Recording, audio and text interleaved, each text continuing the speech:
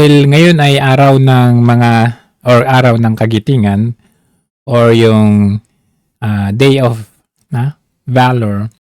Pag-compare natin yung speeches nung dalawang pinaka matataas na posisyon ng president at saka yung vice president.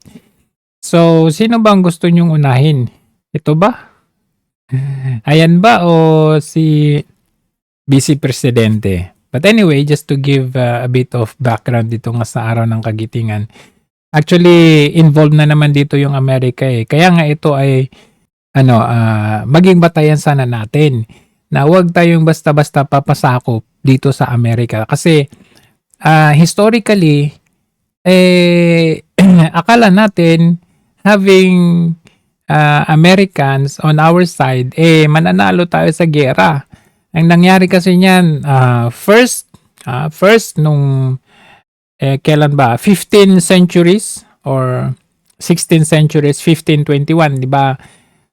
In-invade tayo or sinakop tayo ng Kastila for 333 years. Imagine, grabe. Halos 3 centuries na sinakop tayo. Pagkatapos tayong sakupin, dumating yung Amerikano, nagkaroon ng Spanish-American War sometime in 1900s, basta 19th century na. Sa di mawari kung sinong panalo, binenta na lang ng Spain ang Pilipinas sa Amerika ng 20 million US dollars during that time. So siguro syempre malaki-laki yung 20 million during that time, 'di ba? So hindi natin ma-label 'yon kung tayo ba ay pinagtanggol or ipinanalo ng Amerika laban sa Spain o dahil binili lang tayo. Binili lang tayo dahilan upang napaalis ang Spaniards at pumalit naman yung Americans. Noong Americans they ruled the Philippines or stayed in the Philippines I think about 48 years, halos 50 years na tumira sa atin. At although yung advantage naman nun natuto tayong mag-English, no? Kasi kumbaga English speaking country na tayo dahil sa kanilang syempre sila, yun yung lengguwahe nila. Pero supposedly ita-transfer sana or ibibigay na sana ang independence sa Pilipinas itong anong year ba yun? 1945 sana. 1945 or 1942. Somewhere there. Kaso, in-invade naman tayo ng Japan. 1942, in-invade naman tayo ng Japan. At nagkaroon ng Japanese-Philippine-American War. So, nagsama ang Pilipino at Amerikano laban sa Hapon. Pero within 3 years na nasakop ng Japan ang Pilipinas, natalo yung Amerika. Talo tayo doon. Kaya nangyari yung Bataan Death March kasi sumuko tayo sa pamumuno ng general ng Amerika kasi syempre sakop tayo ng Amerika noon, di ba? So, ang general noon, yung pangalan nun, General King Jr. Basta Junior eh.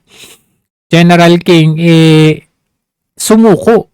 Isinuko yung, kumbaga sumuko sa Hapon, kaya there was a Japanese occupation for 3 years, 1942 hanggang 1945. Kasi sabi ni General Douglas MacArthur noong 1942, I shall return, sabi niya.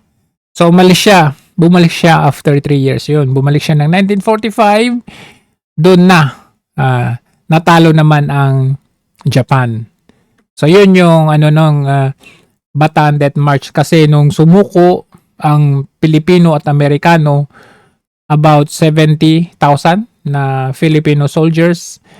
And American soldiers, I think wala pang 1,000 yung American soldiers. So nakita ninyo yung effect talaga na ang casualties mas marami pa rin sa ating mga Pilipino. So maraming namatay during that time kasi nagmarcha sila from Bataan hanggang sa anong fort ba 'yon? Hanggang sa Manila, no? So grabe yung ilang kilometro, 100 plus na kilometers ang nilakad nila in the midst of mainit na panahon, hindi sila binibigyan ng tubig, hindi sila pinapakain. So talagang bumigay ang kanilang katawan, at meron pang about 400 plus na summarily executed by the Japs during that time. So yun po ang sineselebrate natin ngayon, yung araw ng kagitingan, dahil sa katapangan, yung ipinaglaban ng ating Filipino soldiers ang ating independence. Yun, nagkaroon tayo ng independence 1946 na pala. 1946 na nag-gain natin ng independence from the Americans, kasi noong 1945 natalo ngayong Japan, di ba? So yun, ang kung titignan natin yung speech ni VP Sara, may laman doon na kung saan sinasabi niya na ipinaglaban natin ang ating independence, ang ating freedom sa mga foreign entities. Tapos ngayon, bakit hanggang ngayon parang nasayang yung mga pagkamatay ng mga libo-libong mga kasundaluhan natin, sakripisyo nila, ipinaglaban, nagsakripisyo sila ng kanilang mga buhay para magain natin yung ating sariling kalayaan. Pero ngayon, ano nangyayari under Marcos administration? Parang nabubuhay pa rin tayo dito sa paghihimod-puwet, no, sa Western power, America in particular, at lalong-lalo na yung foreign policy nga nitong si Marcos Jr. talagang sayang, kasi nga meron pang gas itong si Marcos Jr. to be there, although as a president, syempre na yun, standard na yun na pupunta yung presidente para magbigay ng speech. Pero ang nakakatawa nito, pupunta ka magbibigay ng speech tapos, we will continue to defend our sovereign, our freedom, independence. Pero anong ginagawa mo? Yun yung ironic doon, kasi parang taliwas doon sa sinasabi mo. Hindi ko mawari kung ano yung puti-puti doon sa bibig niya at doon sa ilong niya. Kung makikita ninyo dito, medyo i-zoom natin ng konti. Ayun, parang may puti-puti Ayan. Ayan, tapos meron din dito.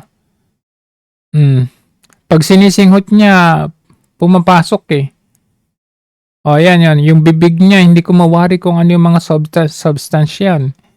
So ako, basing from here, talagang hindi siya abutin ng 2028. Ayan pumapasok pag sinisinghot nawawala. Ayan.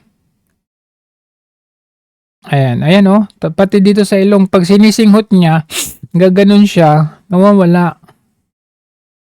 Maalala ninyo nung last year ba yon na meron talaga doon sa kanyang ilong? Ayan. Ito naman, meron na naman ulit. Ang tanong, ano kaya ito? Okay, ayan. Papalunok lagi. Ito ay signs ng not in the most good condition ng kanyang health. So anyway, pakinggan natin yung kanyang iba sa ilan sa kanyang mga sinabi. Lalong-lalo na doon sa pension or sa veterans the future of their families. Ano sabi niya?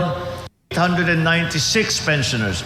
We have constructed veterans wards in select government hospitals.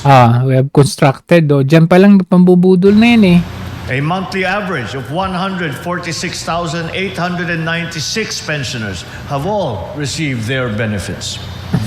In parallel, we have invested... Diba? Na-mention pa niya dito yung mga veterans, pero kahapon lang or ng isang araw, yung itong oral arguments sa Korte Suprema, na-mention nga dito yung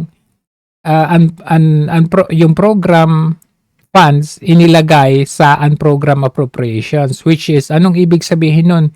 Ibig sabihin, dalawa lang ibig sabihin nun. Either one, hindi ka ganun ka-importante. Kasi pag sinabi natin program funds, ibig sabihin, meron ng pondo yan, na allotted na sa'yo yan. Anytime, pwede mo nang gamitin. Pag na-release na yung, halimbawa, 2025 budgets or 2026 budget, pwede mo nang gamitin yan. Kasi nakaprogram na yan program funds. Ngayon, kung ang isang proyekto ay inilipat mo from program to unprogram funds, ibig sabihin, hindi ka importante. Or pangalawang reason dyan, bakit nililipat yung program to unprogram funds is sa program kasi, medyo madali lang makita yan kung kukurakutin mo, ibubulsa mo yan. Sa unprogram funds kasi, medyo hindi siya visible in public. So that is, para siyang lapitin ng corruption kasi hindi natin, kumbaga sasabihin, hindi, wala pa namang budget yan. Kaya nga unprogram Wala pang budget yung unprogram. Kaya lang, later on, pwede nilang lagyan ng budget yung unprogram funds. Example na, I'll give you a clear example. Etong number 15, Public-Private Partnership Strategic Support Fund na ito, right of way and subsidy, nakikita natin is 300 billion. In hundreds kasi ito kaya 300 billion ito. So 300 billion pero wala pa yung 300 billion dito sa project na ito. Kasi nasa unprogram funds nga ito So 300 billion lang ang allotted dyan pero wala pang budget. Ngayon, paano nila lalagyan ng pondo or pera yung PPP na yan? Maalala ninyo kung ano yung ginawa nila sa PhilHealth? Bigla nilang kinuha yung 60 billion from PhilHealth. Yun. Pwede nilang kunin yun, 60 billion, at ilagay nila dito sa unprogram funds. Very questionable yun. Kasi, bakit mo kukunin yung mga contributions ng mga members ng PhilHealth? Diba? Tapos ilalagay mo sa unprogram funds. Ngayon, sa unprogram appropriations, pwede silang umimbento kasi ng proyekto Halimbawa, sabi nila, libreng sakay na tayo next month. For the whole 2 months, libreng sakay tayo. So, kukuha sila ng budget. Kukuha sila ng budget, ilalagay nila dyan, libreng sakay tayo, 300 or 3 billion ang budget na ito. Kaya doon nila kukunin kung saan nila pinagkukuha. Magbenta sila ng gold, kukunin yung PDIC fund, yung PhilHealth fund, doon nila ilalagay. Pero hindi na natin monitor. Kaya nga tinatanong natin saan ba napunta yung 60 billion na kinuha nila sa PhilHealth? O sige nga, tanungin ko kayo, saan nila nilagay? Saan nila nilagay yung pinagbentahan nila na 26 tons na gold reserve ng Pilipinas? That's about 118 billion. Saan nila nilagay yon? Diba? Nilagay nila sa unprogram appropriations. Hindi natin alam kung anong specific na pinaglagyan nila or yet baka nilagay nila sa bulsa nila. So dalawa lang ibig sabihin yan. Kung nilagay ka sa unprogram appropriations, hindi ka importante. Ngayon, anong sinabi ni Marcos Jr. dito? Sabi niya? Government hospitals. Veterans wards. Care program. We have constructed veterans wards in select government hospitals. Totoo ba yan? So sabi niya, bibigyan natin ng attention ang veterans. Bibigyan natin attention yung kanilang pension. Pero dito, number 20, nakita ninyo, number 20, pension and gratuity fund. Na ang program fund niya dyan is 40.2 billion pesos. Pero wala pang pondo yan So, una-una, kung meron kang care at concern sa veterans na sinasabi mo dyan sa speech mo sa araw ng Kagitingan, bakit inilagay ang pension at gratuity fund sa unprogram appropriations. Ibig sabihin, hindi sila importante. Pangalawa, yung 40.2 billion na yan, hindi mo pa alam kung saan mo kukunin yan. Dapat ito, kung talagang ang priority mo ay matulungan yung mga veterano nating na sundalo o ang pension nila, dapat ito nakalagay na sa program funds. Alam nyo ba, may nakita pa nga ako dito it's very nakakalungkot, very sad kasi kung makikita ninyo, pati pala yung OFWs. Ang dami dito. Ayan, libreng sakay, screening ng screening and anti-terrorist equipment and body camera. Nasa naman yan pero yung kanilang mga intelligence funds, tumataginting. Ayan, repair, rehabilitation, and construction of farm-to-market road projects. Nakalagay lahat yan sa unprogrammed funds. And even nakita ninyo, may nakita ko dito Nakakalungkot. Nakakalungkot kasi tingnan nyo, number 50, OWA Welfare Services. 1 billion supposed to be dapat ibigay yan sa sinasabi nilang bagong bayani. Bagong bayani tayo pero nakita ninyo, nasa unprogram appropriations tayo. Hindi pa nila alam kung saan nila kukunin ang pondo ng OWA na unprogram. OWA Welfare Services. Nakakalungkot kasi ang mga OFWs, every contract nila natin, OFW ako every contract natin, nagbabayad po tayo ng OWA. So, dapat sana may budget kami, for OWA, may budget kami sa program funds or program appropriations. Wag naman sa unprogram kasi ibig sabihin, hindi kami importante. Hindi kami bagong bayani. So look at this, ang dami nilang inilagay sa unprogram appropriations. Ayan, land acquisition for OVP, pambansang pabahay for PH, kaya yung sinasabi niya na 1 million houses per year, 6 million houses in 6 years. Hindi talaga matutupad yan kasi tingnan nyo, nasa unprogram appropriations. Social pension ng mga indigent senior citizens. So, anong maasahan natin? 5.7 billion. NTFL CAC din, nasa unprogram. Grabe talaga, no? Kumbaga, wala tayong wala tayong laban dito sa Marcos administration.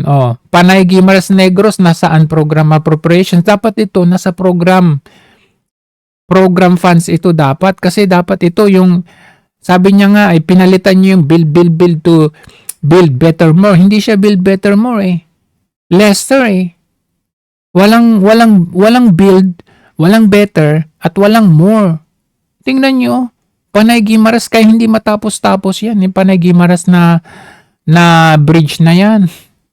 Ano pa yung tertiary ito this is in line with the free education sa tertiary level natin. Ito, priority social services for health, social welfare development, technical vocational education na 59 billion, pati yung AFP modernization natin. Kaya wala tayong mga bagong modern equipment sa military natin kasi tingnan nyo, 10 billion na sa unprogram appropriations.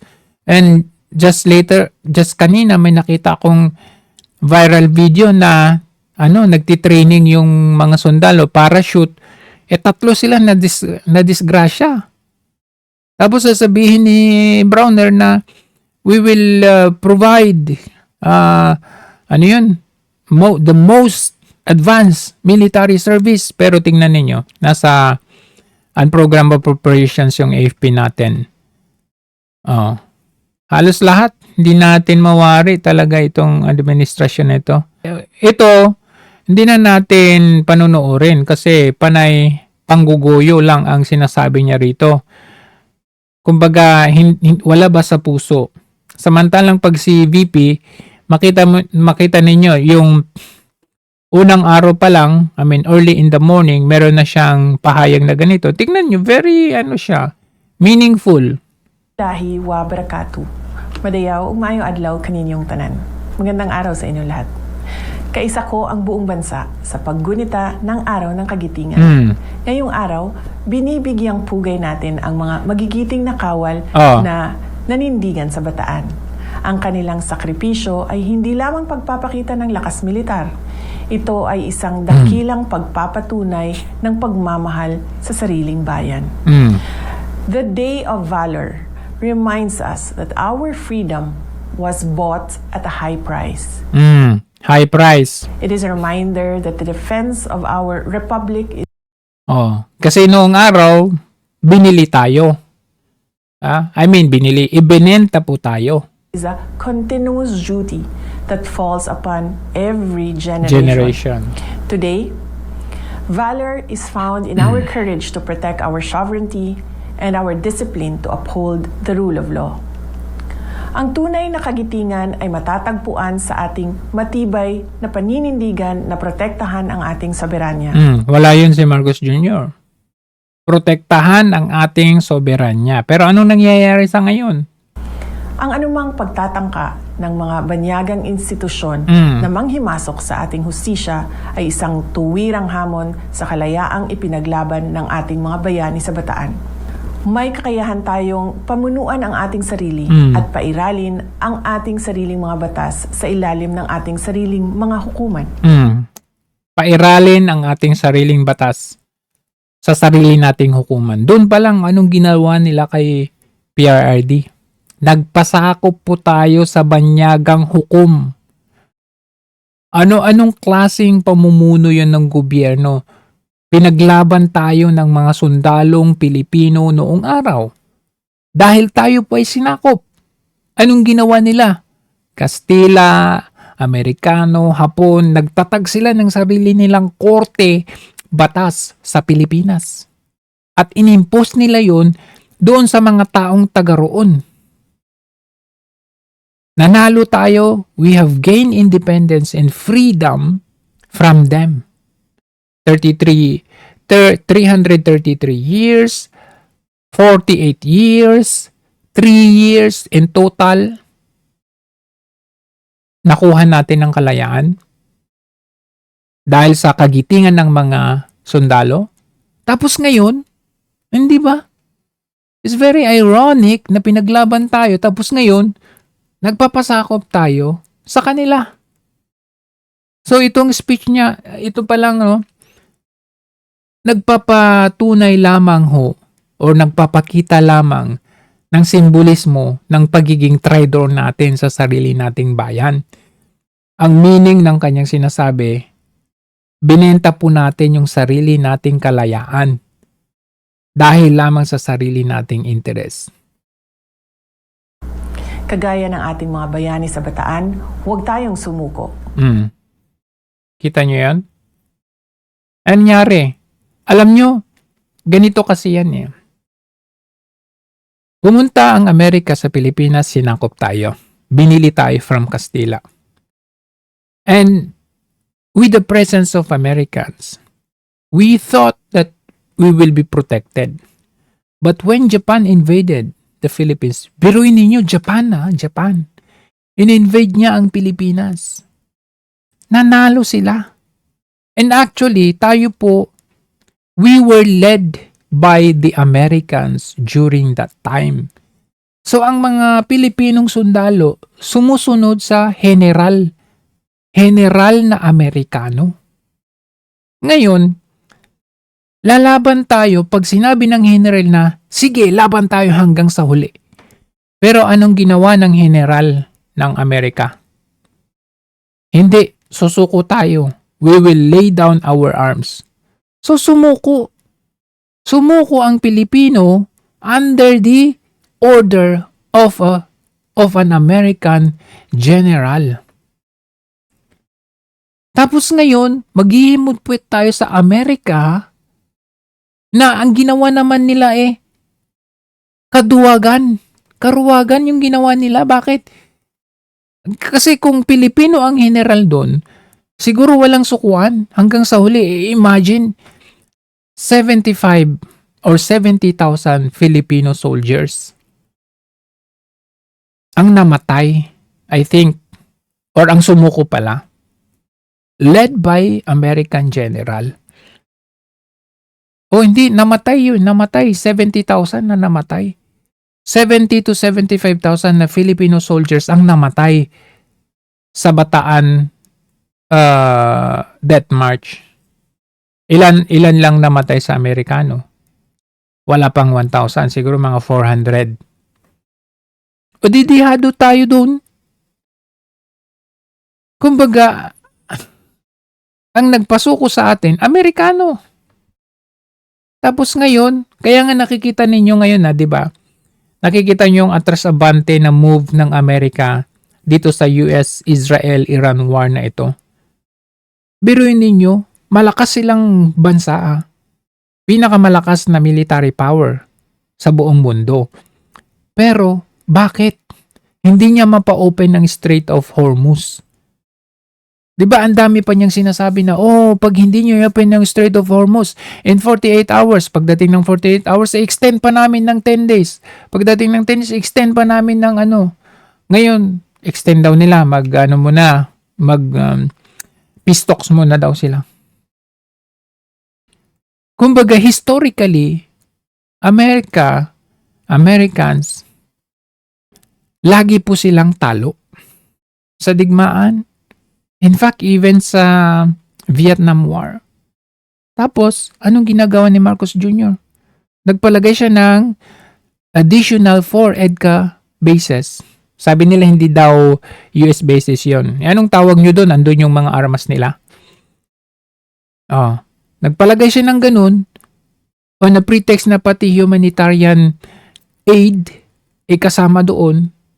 Dumaan yung mga bagyo, dumaan yung tension sa South China Sea, wala naman silang tulong. Iyon ang message ni VP Sara dito.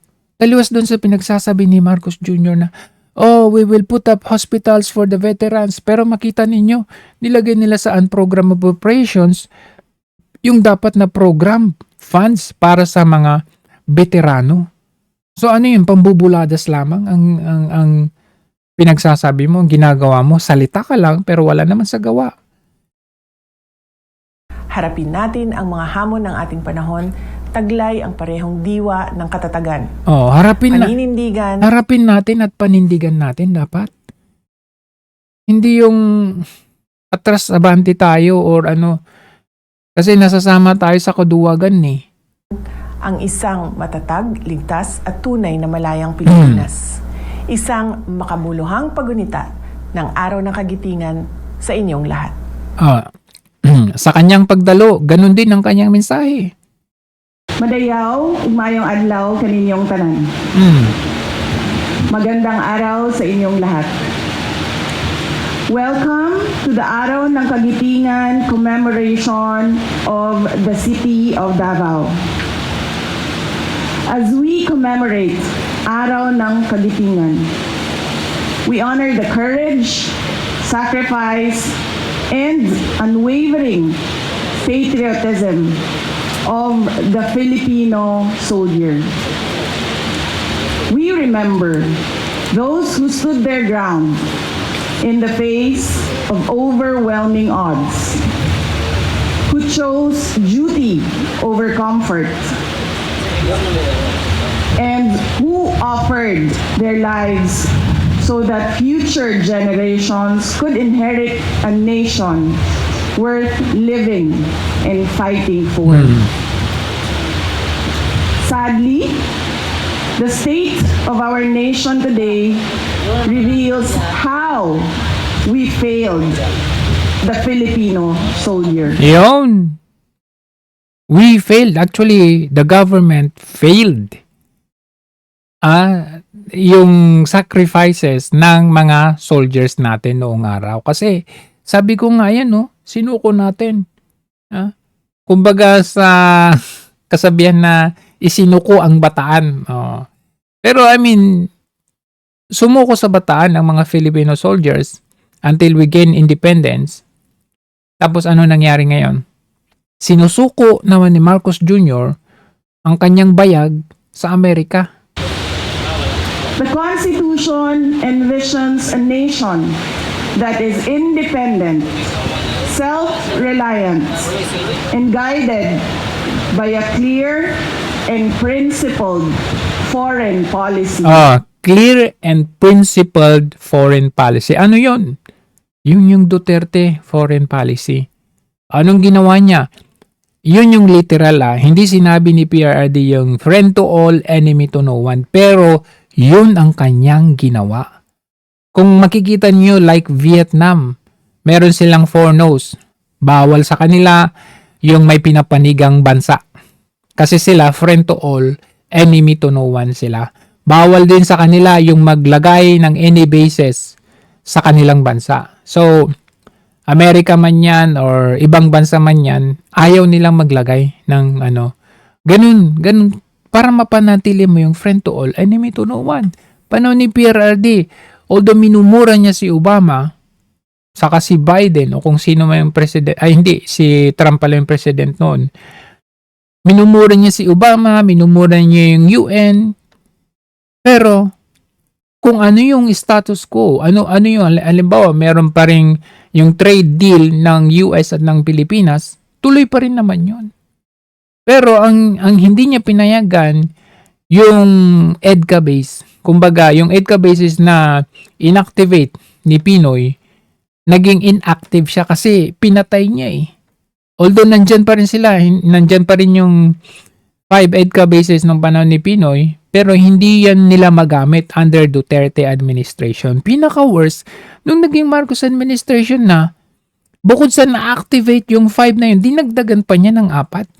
So ngayon naging 9 na, nakapalibot sa buong Pilipinas. So pagdating ng gera, regardless, gera with man yan, China or ng Middle East, halimbawa ang Iran, titignan nila kung sino yung may alay sa Amerika. Siyempre, may US bases, military bases sa Pilipinas. Madadamay tayo niyan. And look what happened before in the World War II. Nadamay tayo kung tutuusin kasi nandyan yung Amerika during that time. Ikalaban ng Japan ng Amerika noong araw. O di damay tayo. So, yung principled foreign policy na sinasabi ni VP Sara dito, dapat naman sana kaya naman natin na maging independent. Kaya natin mag-develop ng sarili nating capabilities. During the time of PRRD, naka-purchase tayo ng mga Apaches natin, Black Hawks natin, mga BRPs natin. Na-purchase natin yung mga yan. Mga barko, na-purchase natin yung mga yan. Kaya natin military capabilities basta independent and principled foreign policies na hindi natin kailangan kasi galit na galit si PRRD sistema ng Amerika Kunwari may sila ng military bases sa atin, tapos sasabihin iiwan din naman namin or bibigyan namin kayo ng capabilities ninyo. Pero anong ginagawa?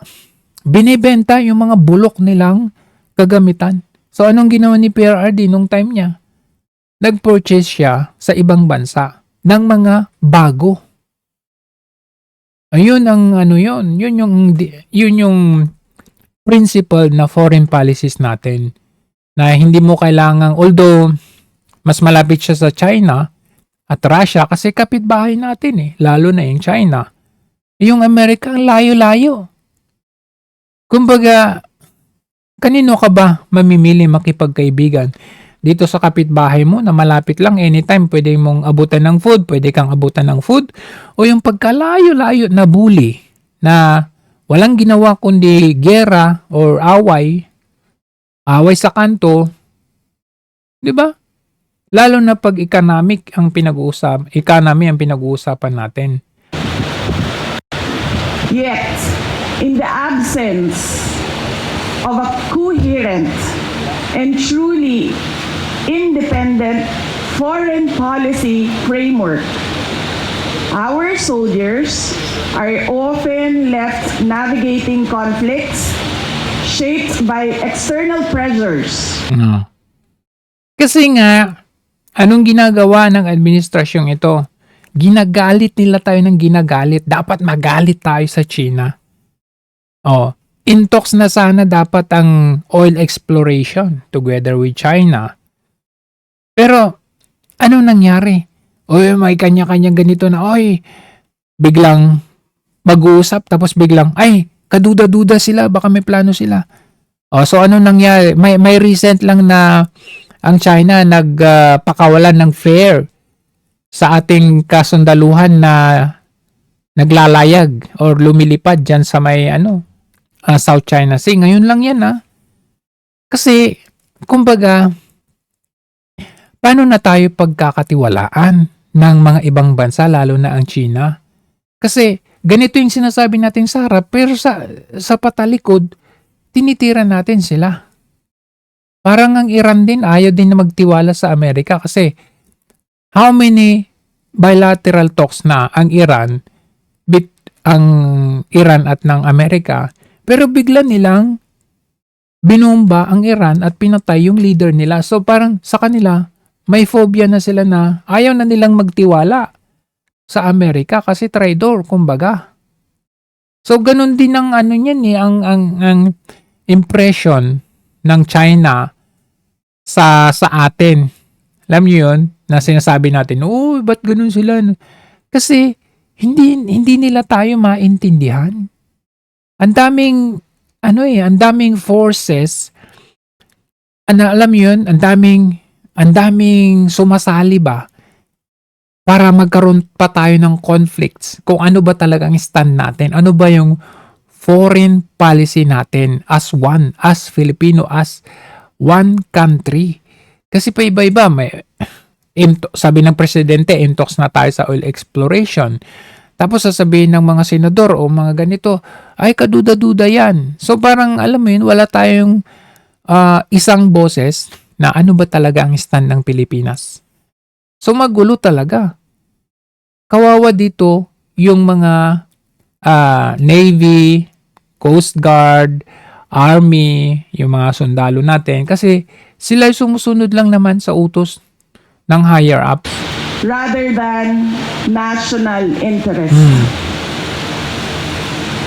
This erosion of strategic direction weakens not only our defense. Erosion. Kasi magmula kay PRRD. Alright? Hindi. The previous administration, panay tayo Amerika Except nun kay Erap. Amerika. Dumating ang Duterte. Wag Amerika. China tayo.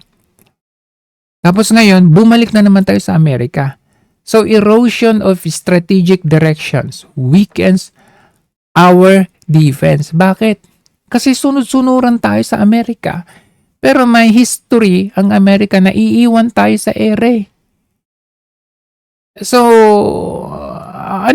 sino yung kawawa? Di tayo. But also the moral of the Filipino people. Hindi lang mga kasundaluhan, kahit moral ng PNP. Alam nyo ba dati, nung panahon ni PRRD, ang mga kapulisan, ang mga kasundaluhan, alam mo yun, very well respected by the Filipino people, by the community. Para ang taas ng respeto kasi kumbaga very friendly yung environment when you are around them. Kasi nga ang ginawa ni PRRD, itinaas niya yung imahe nila. In what way? Inayos niya sila. Yung mga kawatan ng mga kapulisan, ang ginawa niya, dinisiplina niya. Pinagalitan niya, pinanish niya, pinadala niya sa Mindanao. Oy, by the way, pinadala sa Mindanao, kagaya ni pangalan niya, si Fajardo. Tinapon sa Mindanao. Nakita niyo kung pagkatapos gamitin ni Marcos Jr., itong si Tory at saka si Jean Fajardo, ayan, tinapon siya sa Mindanao. Ganyan ka walang ganyan ka traidor at walang gratitude or si Marcos Jr. Pagkatapos kang gamitin, itatapon ka na lang basta. Anong ginawa kay Torre?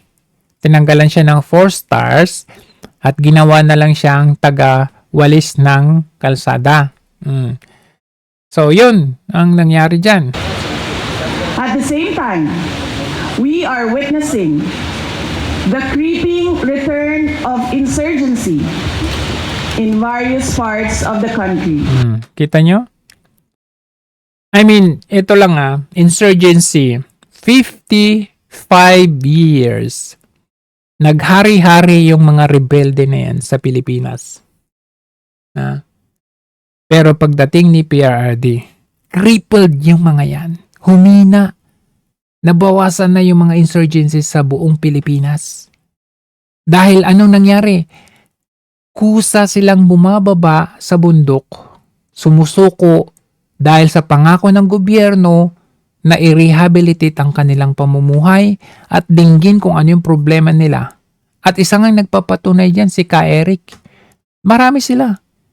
In-expose nila kung paano sila na-recruit, kung paano sila nadala niyan. At naintindihan natin ngayon, finally, it shed light na, ganito pala. Pupunta sila sa mga schools, sa church, sa even government institution. They will penetrate all of these institutions para ma-recruit sila ng isa-isa, para madagdagan, para sila ay dumami at para lalo silang lumakas. Naglagay pa sila sa Congress, naglagay din sila sa Senate. Kumbaga sa gobyerno, they penetrated all of the agencies and institutions para lumakas sila. At ang lakas talaga nila. Biruin ninyo, pagdating ni PRRD, because of that, NTF-ELCAC, natupok lahat sila, nasunog lahat sila. In a way na, nabigyan sila ng bagong buhay. Parang yung mga drug addicts, yung mga sindikato, drug addicts, nabigyan sila ng tsansa na mabuhay. Kaya nga marami ang nagsasabi na, dati akong addict, ngayon OFW, successful OFW. Ngayon successful na ako, ganito, ganyan. Ito na ako ngayon. Diba? I mean, nabago yung pamumuhay. Pero ngayon, yung insurgency, nagsipagbalikan na makikita nyo, kapulisan na na-ambush, sundalo na na-ambush, lumakas na sila. Kaya sa mga probinsya, bumalik yung takot ng ating mga kababayan kasi andyan na naman sila. Sayang ang naumpisan ng isang Duterte dito kasi biruin ninyo, ilang dekada na sila naghari-hari tapos humina na sila ng Duterte administration. Ngayon, wala na. Malakas na naman sila. This resurgence reflects deeper systemic failures, poverty, injustice, and unfulfilled promises. Yun.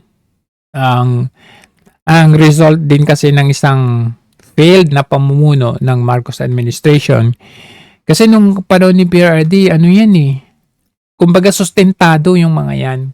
Nabigyan sila ng mga trabaho na kumbaga somehow niyakap kasi ng gobyerno ngayon nga kita nyo nga mismong OFW budget nilagay tayo doon sa less priority.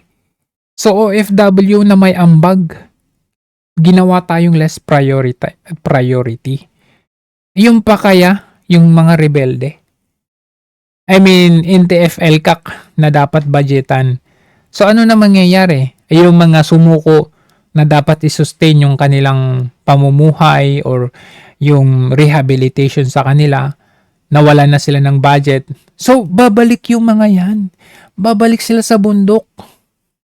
Kasi failed yan Poverty, injustice, like yung binigay ni PRRD na lupa ng mga, yung tribe doon sa may Boracay? Mga ati ba if I'm not mistaken? Binigay niya yung kanilang lupa na matagal nilang ipinaglalaban na lupa nila yun kasi sila yung sinaunang inhabitants doon. So nung dumating si Marcos Jr., alam yung kagaguhan nito, binawi niya. So yung mga yun na nabawian ng lupa, ano sa tingin nyo mangyayari? Madaling ma-recruit yung mga yan. Yung mga sumuko nung panahon ni PRRD, madaling bumalik yung mga yan. Bakit? Mismong jeepney drivers nga ngayon nag-iiyakan na kasi walang matibay na solusyon ang gobyernong ito. So kung ikaw jeepney driver, dami mong pamilya, hindi mo masustentuhan kasi 300 pesos lang per day ang kinikita mo, kulang na kulang sa 6 mong anak. O pag ikaw ay madali ka lang ma-recruit. O kaya kung ikaw ay dating rebelde, sumuko, naging jeepney driver ka, tapos ganito ang mararanasan mo, talaga nga namang unfulfilled promises yan. Soldiers are once again placed at the front lines of a conflict that cannot be solved by military force and bearing the burden of a struggle that demands political will and social reform. Political will, yun ka, VP. Yun ang kailangan namin. Political will. Pero yung meron tayo ngayon, yung nakikiusap pa. Sana naman hindi kayo magtataas ng inyong mga presyo ng bilihin. Ha? Paano matatakot yung mga tao sa'yo? Hindi, kasi nakikiusap ka. Wala kang courage, wala kang political will, wala kang stand. Hindi sila makikinig sa bagay yung ganyan lang. Ibigay mo yung dapat na lingwahe. O kagaya ni PRRD, si PRRD. Tataas niyo yung presyo niya yan, pasasara ko yung pwesto ninyo. Hindi ka magbayad ng buwis mo, ipasasara ko yung Philippine Airlines mo. Mga ganun. Pababayaran mo yung gobyerno, pasasara ko yung Maynilad water na yan. Yung mga ganyan. Hindi po pwede yung parang nakikiusap ka na para kang walang kalakas-lakas. Tama yung sinabi ni PRD na weak ka talaga. Equally concerning for us Mindanaons is the faltering of the Bangsamoro peace process. Isa pa ito. Ginawang batas ni PRRD sa wakas. Maraming natuwa dito ng mga kababayan natin sa Bangsamoro. Pero ngayon, nakita ninyo, alam niyo yung sa BARM na yan, yung mga namuno dyan, ewan ko hindi ata namomonitor ni Marcos Jr. Na rin sila, mukhang iba dyan, nakain na rin ng sistema. Mukhang mali-maleta na rin, kumbaga. So, anong mangyayari sa mga, magkakaroon ng conflict pa rin yan. Kasi nga, kanya-kanyang pangungurap ang nasa pwesto na. So, yung batas na pinasabatas ni PRRD, Bangsamoro Organic Law, mapupunta din sa wala. Kasi nga, hindi rin naman na-sustain yung dapat na i-impose dyan or implement dyan sa batas na yan. Justice, trust, and sustained commitments are absent. Maraming galit sa MILF, MNLF, galit na yan sila kay Marcos Jr. When agreements are not fully implemented, when communities feel abandoned, and the fragile foundations of peace break apart, it shall be our soldiers and the Moro youth who will pay the price. Totoo yan. Hindi mo ma-implement, hindi mo matupad, hindi mo masustain, ano mangyayari dyan? Magkakaroon ng bakbakan. Magkakaroon ng ambush, mga ganyan, patayan, conflict sa South China Sea, ganun din. Kasi unfulfilled promise, hindi na sustain na programa, talagang yan yung makauwian yan. Kawawa dito yung mga sumusunod lang sa order. We must demand accountability from our leaders. We must insist on policies that uphold our sovereignty, protect our Constitution, and genuinely serve the Filipino people. Paano yan? Nawawalan na tayo sa usapin ng flood control. Ang dami na nilang nilabas na issue para mawala sa isip natin or mawala sa focus natin yung accountability, lalo na dito sa flood control. O sabi nila, kakasuhan daw nila si Martin Romualdez. Bantayan nyo yan. Biglang mawawala yan sa usapin. Biglang wala yan. Kumbaga, pinapakagat lang tayo. O, kita nyo, ano? Pero wala. Matatapos na yung 2028, wala pa rin makukulong na Martin Romualdez. We must ensure that our soldiers are not just celebrated in ceremonies. Oh, kaya nga, ano yun, taon-taon? Celebration? Araw ng Kagitingan? Gagastos ang gobyerno sa celebration? Pero, ganun lang. Hanggang celebrations lang. Pero, there is no truth. There is no real spirit of why we are celebrating Araw ng Kagitingan. Kasi, mismong sovereignty natin, mismong freedom natin, independence natin, parang hindi atin eh.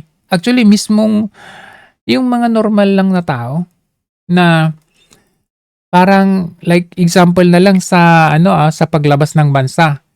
Magtutur ka na nga lang eh. Sarili mong gastos. Ha? Nag-ipon ka ng pera mo.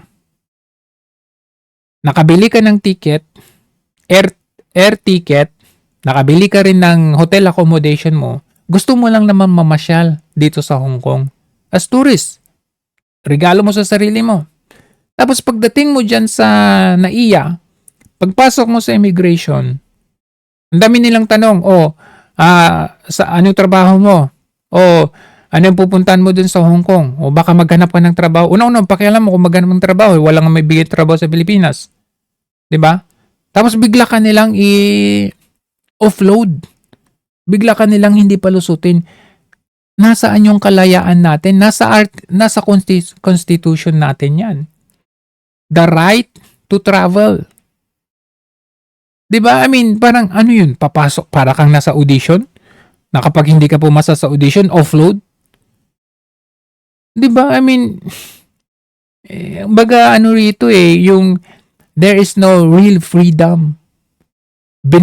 Kung sa mismong common tao pa lang, parang suppressed freedom tayo, hindi natin magawa yung gusto natin freely, 'di ba?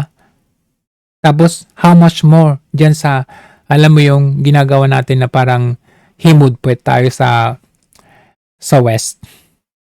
Na parang sila yung may karapatan dyan sa EDCA basis na yan. Hindi man makapasok siguro hindi makapasok yung Filipino soldier dyan kung walang approval ng Amerika. Hindi naman sa kanila yun eh. Pero parang sa kanila. Sila rin ang nasusunod sa policy natin. Sila rin ang nasusunod na dapat dalhin si PRRD sa sa dahig. Dyan pa lang. Nasaan yung kalayaan natin? Araw ng Kagitingan ipinaglaban tayo ng ating magigiting na sundalo para makuha yung kalayaan. Pero ano nangyayari ngayon? Supported in reality with clear direction and a government that stands firmly behind them. Kaya we need you, VP Sara. Let us honor soldiers and law enforcement who died in wars past, and those as recent as last week, not only with words, but with the courage to correct what is wrong, to speak the painful truth, and to rebuild a nation worthy of sacrifice. Mga kababayan, mahalin natin ang Pilipinas para sa Diyos, sa bayan, at para sa bawat pamilyang Pilipino. Syukran. Sasabihin na naman ng mga negatibo, no? Uy, ano to, Araw ng Kagitingan? Pero yung speech niya, parang politics na politics. Hindi po eh. Ang point niya kasi dito is, Nagse-celebrate tayo ng Araw ng Kagitingan every year, pero look at what's going on sa bansa natin. Wala tayong sariling kalayaan. Taghirap. Walang independent foreign policy natin. Kumbaga, ayan, yung mga krimen, kaliwat kanan na. Kumbaga, ang point dito is, nasaan ang pinaghirapan ng ating mga magigiting na sundalo? Kasi tayo po ay ipinaglaban para makamit natin yung tinatamasa natin ngayong kalayaan. Kasi kung hindi sila lumaban noong araw, there is no free Philippines. Kumbaga, kung hindi sila lumaban noon, baka tayo hanggang ngayon ay sakop ng Kastila, or sakop ng Amerika, or sakop ng Hapon. Yun ang difference noon. Yun yung point niya dito na kumbaga kaya nating mamuhay ng sarili natin. Kaya natin magkaroon ng sarili nating foreign policy na effective para sa lahat ng Pilipino. Kaya natin magkaroon ng sarili nating food security na hindi natin kailangan umasa sa ibang bansa. Kaya natin magkaroon ng sarili nating oil. Kumbaga, security, oil security natin.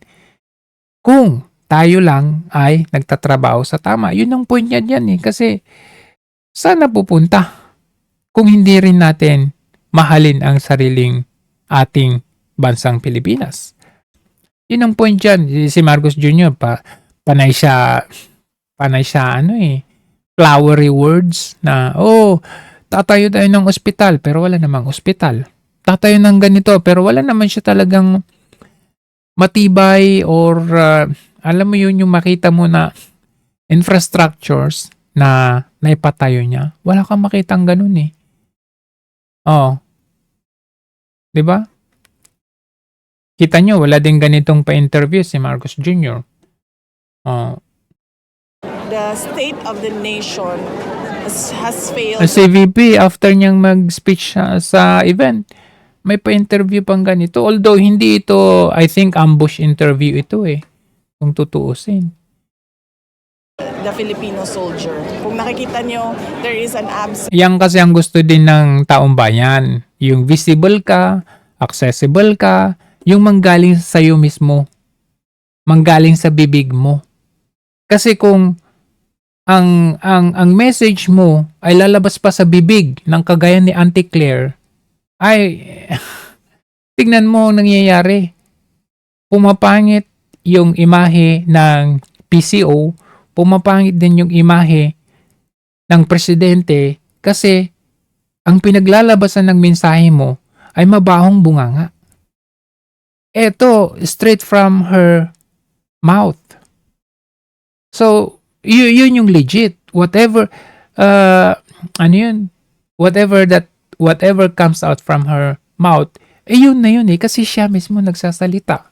Sense of an independent foreign policy framework para sa ating bayan. Hindi mo na alam kung kaninong interest ba talaga ang pinoprotektahan ng ating mga kasundaluhan. Kaninong interest? Napakalinaw.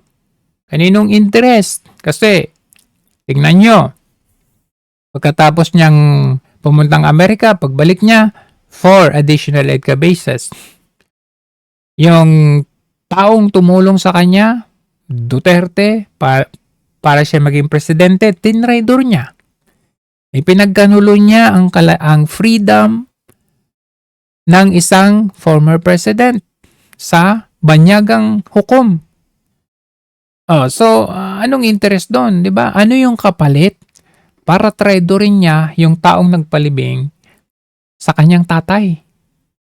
Di ba? It will, kailangan niyang malaking bagay na kapalit para magawa mo yung isang matindi at mabigat na bagay sa isang tao regards sa tong araw ng kagitingan, how crucial it is, ma'am, nga taliwala sa kadugay na sa panahon, ma'am, no, nga sakripisyo tong mga war veteran, that we will continue to remember their sacrifice, especially, ma'am, kani sa to ang mga kabatanunan po.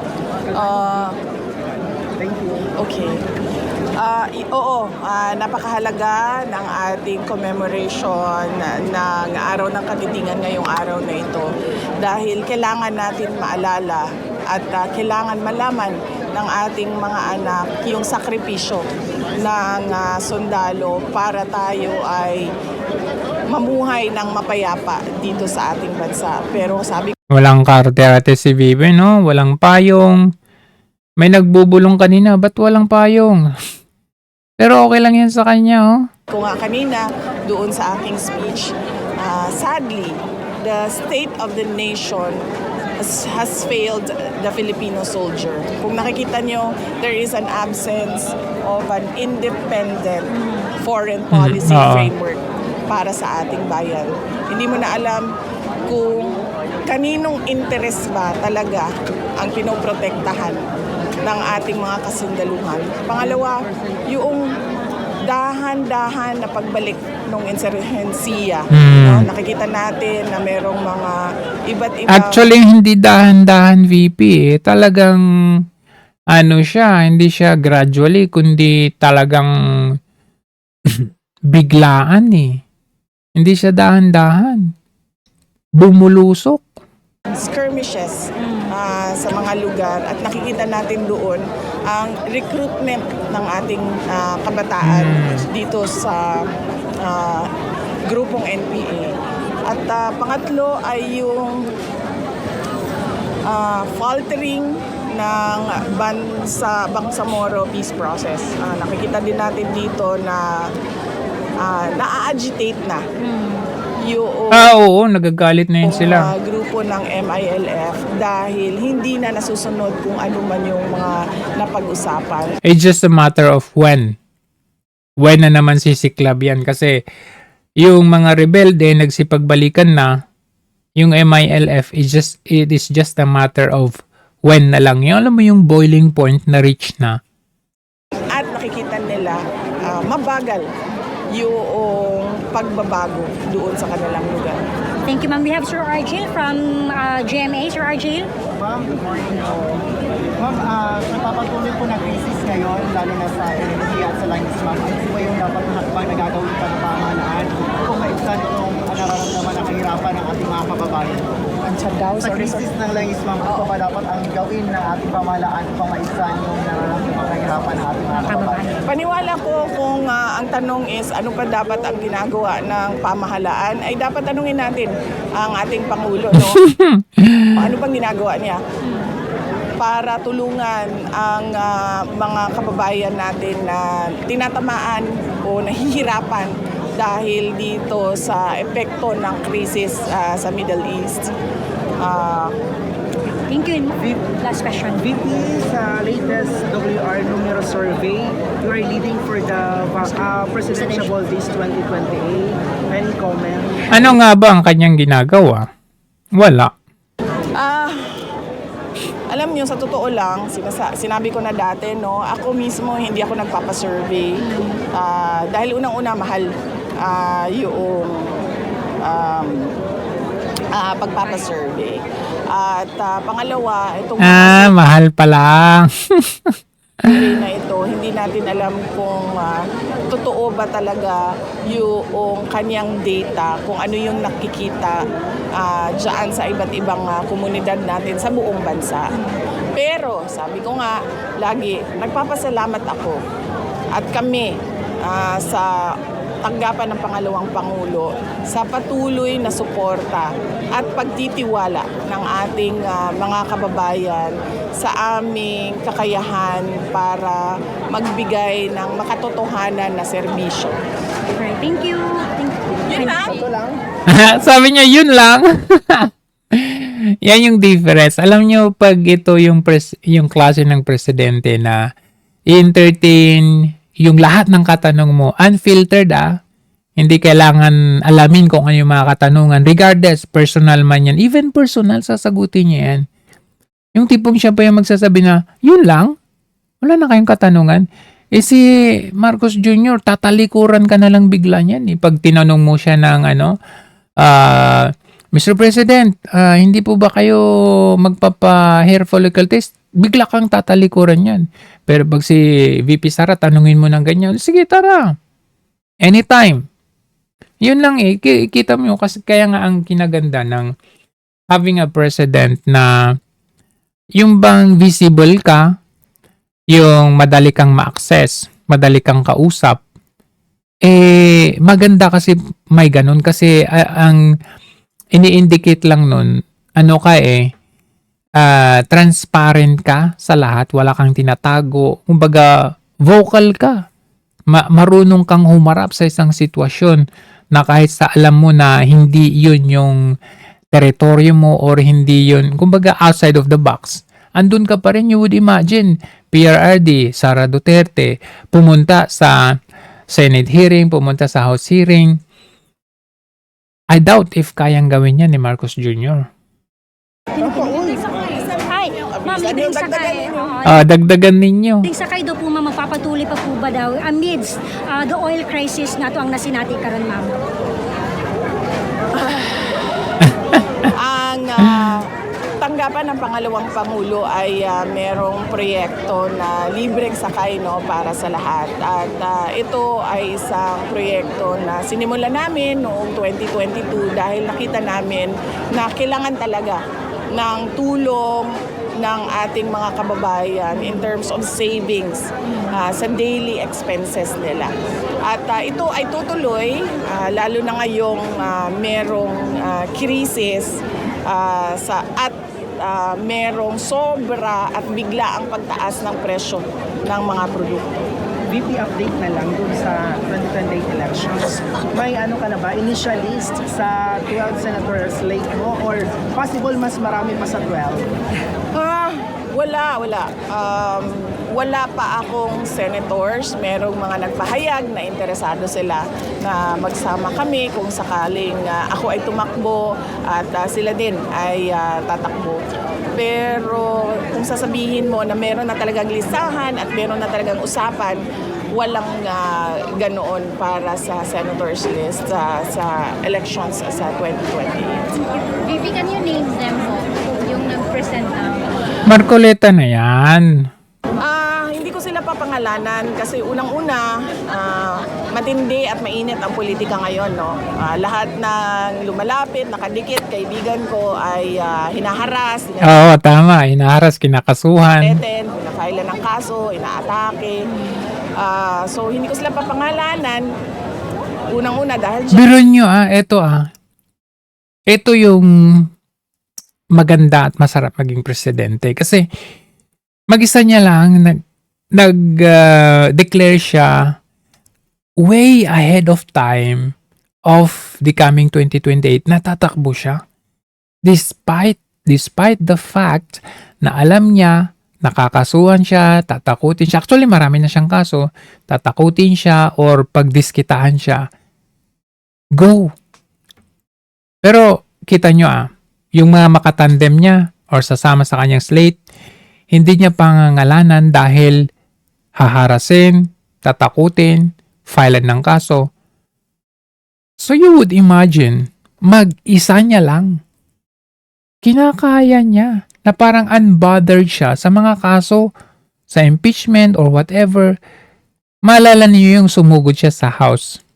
Sabi niya, ako lang, hindi ko na sinama ang aking mga tauhan sa sa DepEd. Kasi alam niyang pagdiskitahan yung mga tao niya. So ako na lang ang harapin niyo. I mean, you would imagine a president like this na kayang harapin kahit na wala siya doon sa teritoryo or alam mo yun, yung hindi siya yung napapaligiran siya ng mga buhaya, kahit buhaya ang nakakapaligid sa pumapaligid or nakapaligid sa kanya, handa siyang harapin. Pangalawa, dahil kaming lahat ay presumptive candidates pa lang. Ah. Dahil wala pa namang filing ng candidacy. So hindi natin alam kung matutuloy ba talaga yung pagtakbo nila or hindi. Antayin natin sa darating na, at malapit na yon, darating ng Next year. period of filing ng candidacy sa susunod taon. Yan, nandun lang. Sa susunod na taon. Ayan, susunod na taon. Last na lang, VP, kailan ang right time na i-declare mo yung Vice President mo? Running mate mo yung right time? Kailan? Depend kung ready, kung meron na. Dahil sa ngayon, wala pa naman ako Vice President na candidate na kasama. Kung meron na at ready na siya, na magpahayag na siya ay Tingnan yung mas si Tatang nagtatakip di ba? Pero si VP hindi nagtatakip. tatakbo bilang Vice President. Thank you. Thank you, ma'am. Yan lang? Price. Real prices na. Mapapababa siya kung magagawa nila ng paraan yung problema sa supply doon sa Middle East. Or mapapababa siya kung merong ibang supply na hindi dumadaan sa Middle East na papasok sa ating bayan. So hanggang merong bangayan sa Middle East, patuloy ang pagtaas ng presyo ng crudo. VP, may kumakalat ngayon with regards sa health ni PBBM Ayan na. na medyo, ano na daw, malubha.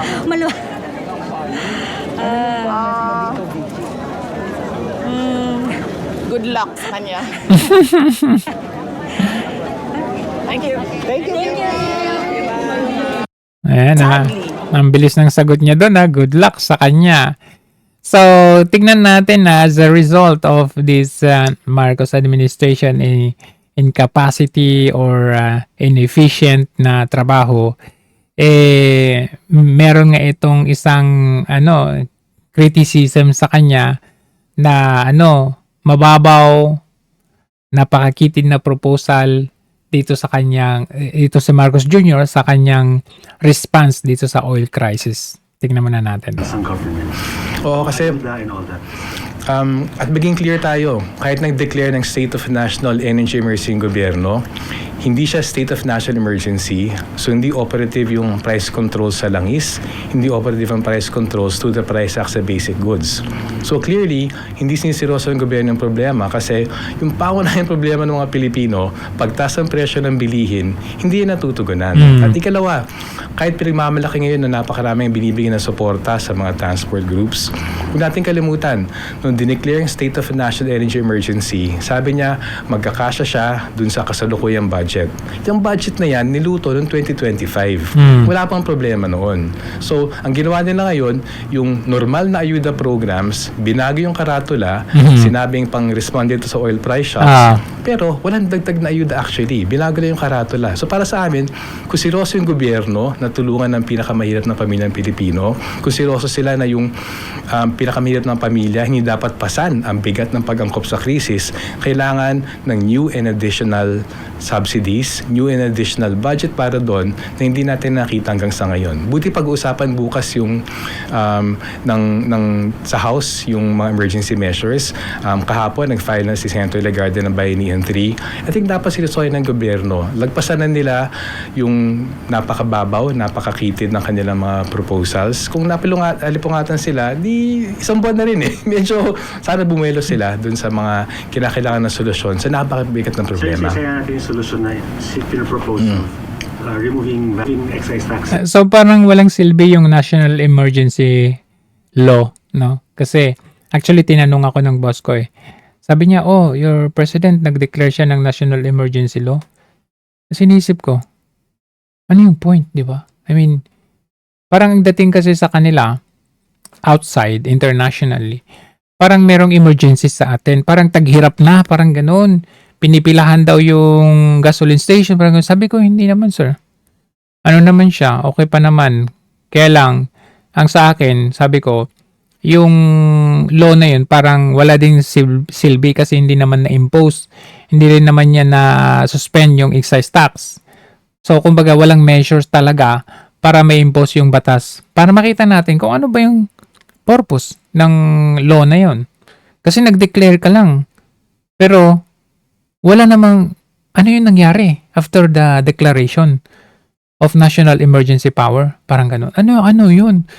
Well, like for example, pag nag-declare ka ng martial law, automatically, ang imposition nun is may curfew, ganun. Bawal na yung lumalabas ng ganitong oras. Yung mga ganun ba? Na kailangan ganito, ganyan. Pero dito, national emergency power. Pero wala naman akong naramdaman kung ano para saan ba yun. Pinagdebatehan pa ng dalawang houses, Senate at saka House.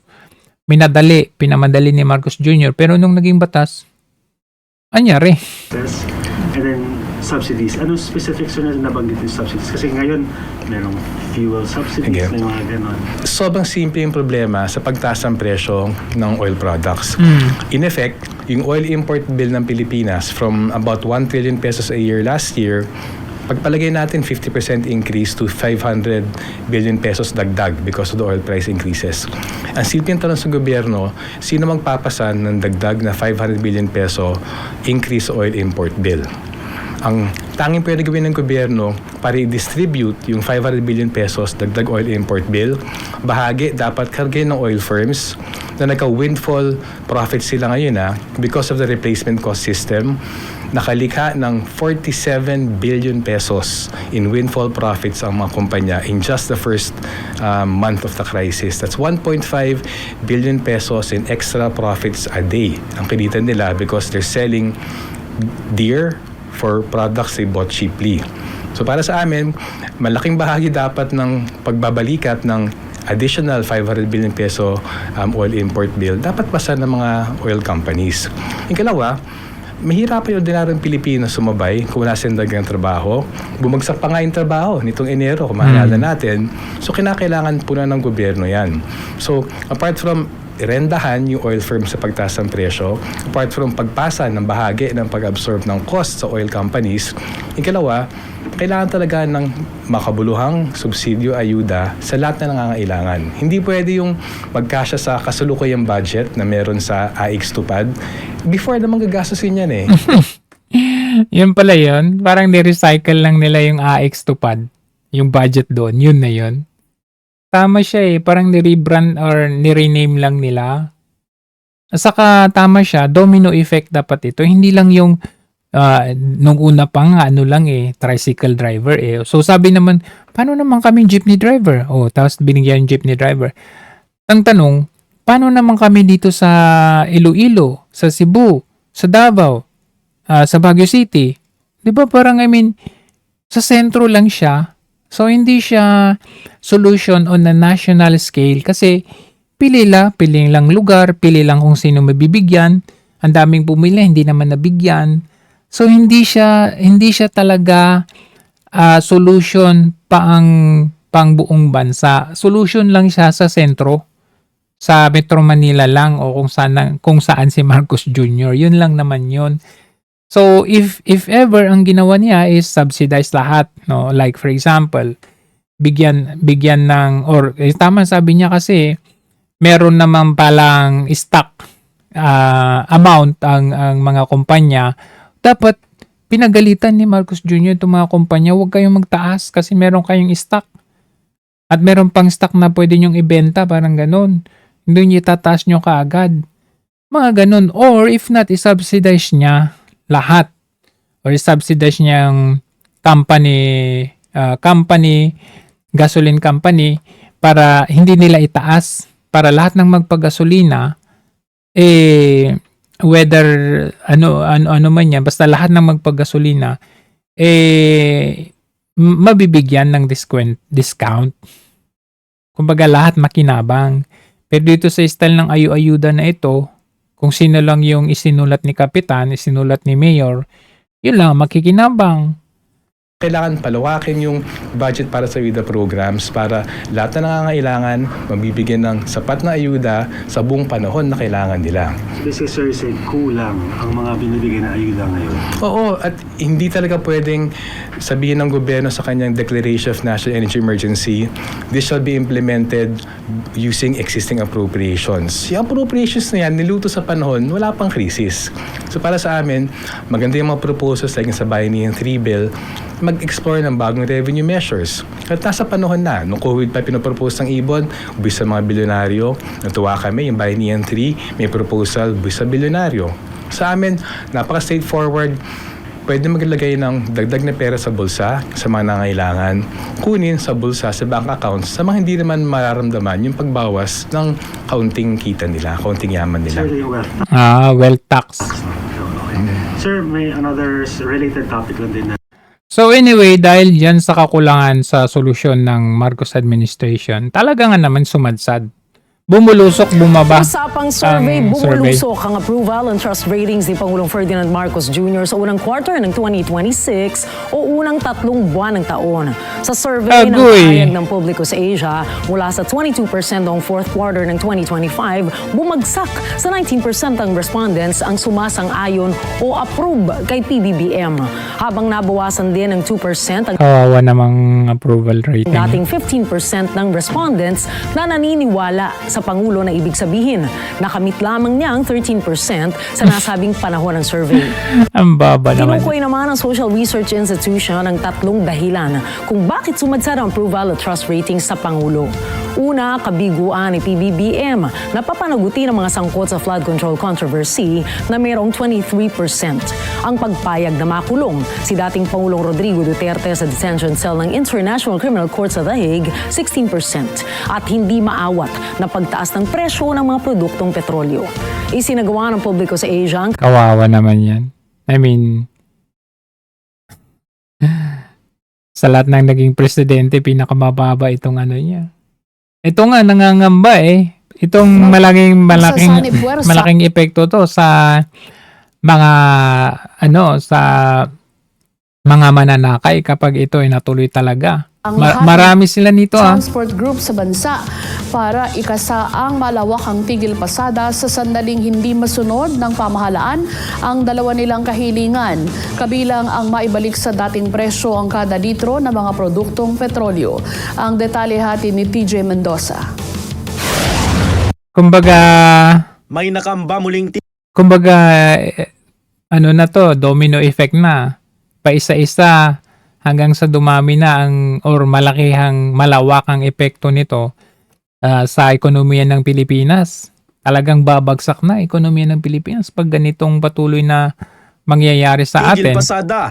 Pero kung noong mga nakaraan ay iilang transport group lang ang kumasa, ngayon, sanib puwersa na ang lahat ng public utility vehicles o mga pampublikong transportasyon, kabilang ng mga tricycle, bus, UV Express, PUJ, tourist transport, taxi, truckers at maging ng mga TNVS. Yan ang banta ng grupong United Transport Alliance Nationwide na kinabibilangan ngayon ng lahat ng leader ng mga transport group. Ikakasa nila ang tigil pasada sakaling hindi matutupad ang dalawa nilang hiling kay Pangulong Bongbong Marcos. Una, hiling ng grupo na maibalik sa dating presyo ang krudo. Sa presyo ng diesel ngayon na pumapalo na sa 170 pesos kada litro, ay gusto raw ng grupo na maibalik na ito sa 55 pesos o yung presyo nito bago pa man pumutok ang giraan sa gitnang silangan. Dagdag pa niya, hiling rin ng grupo na isubsidize na ng gobyerno ang presyo na higit pa sa 55 pesos. Ibig sabihin niyan, kung ang 1 litro ng diesel ngayong araw ay pumapalo sa 170 pesos, kargo na ng gobyerno ang 115 pesos sa pamamagitan ng subsidiya. Kung maaari, hindi kami humihingi ng dagdag dahil tatamaan lahat ng tao.